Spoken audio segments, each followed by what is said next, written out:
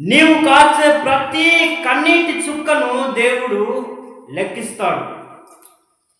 ఈ భూమి మీద నీవు ఏవేవో సమస్యలు గుండా, ఏవేవో ఇబ్బందులు గుండా, ఏవేవో కష్టాలు గుండా వెళ్ళి నీ కష్టాలను, నీ సమస్యలను, నీ ఇబ్బందులను నీవు తట్టుకోలేక, ఓర్వలేక కన్నీరు కారుస్తూ ఉంటావు.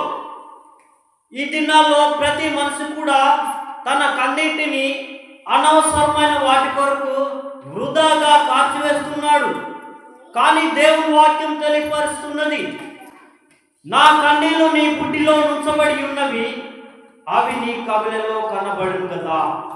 నీవు అనవసరమైన వాటి కొరకు, లోక సంబంధమైన వాటి కొరకు, లోక సంబంధమైన శరీరాశల కొరకు, నేత్రాశల కొరకు, జీవపు డబ్బం కొరకు, ఐశ్వర్యం కొరకు, ఆస్తి కొరకు, లోక సంబంధమైన బ్రతుకు కొరకు నీవు కన్నీరు కార్చినట్లయితే నీ కన్నీరు వ్యర్థమైపోతాయి.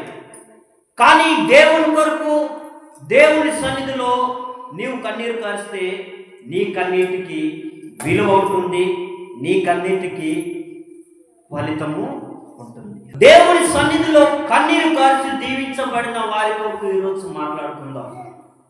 దేవుని సన్నిధిలో కన్నీరు కార్చి దేవుని యొక్క మేలును, ఆశీర్వాదమును పొందుకున్నటువంటి భక్తుల గురించి ఈరోజు మనం మాట్లాడుకుందాం. ఇకనైనా మన సొంత పనుల కొరకు కాక, లోక సంబంధమైన వాటి కొరకు కాక, ఆత్మీయత కొరకు, దేవుని కొరకు, దేవుని సన్నిధిలో కన్నీరు కార్చే వారముగా ఉందాం. దేవుని సన్నిధిలో కన్నీరు కార్చి మేలు పొందిన వారు ఎవరైనా ఉన్నారా అంటే చాలామంది ఉన్నారు. కానీ వారిలో కొంతమందిని నేను ఈరోజు మీకు తెలియపరచాలని ఆశిస్తూ ఉన్నాను. హల్లెలూయా. మనం ఎక్కడ కన్నీరు కార్చాలి? దేవుని సన్నిధిలో కన్నీరు కార్చాలి. మన కన్నీరు అనవసరమైన లోక సంబంధమైన వాటి కొరకు, లోకం కొరకు కన్నీరు కార్చకూడదు, కానీ దేవుని కొరకు, దేవుని సన్నిధిలో దేవునితో కన్నీరు కార్చాలి. దేవునితో మనం కన్నీరు కార్చినప్పుడు నీ కన్నీటికి విలువ ఉంటుంది, ప్రయోజనం ఉంటుంది, ఆశీర్వాదము ఉంటుంది.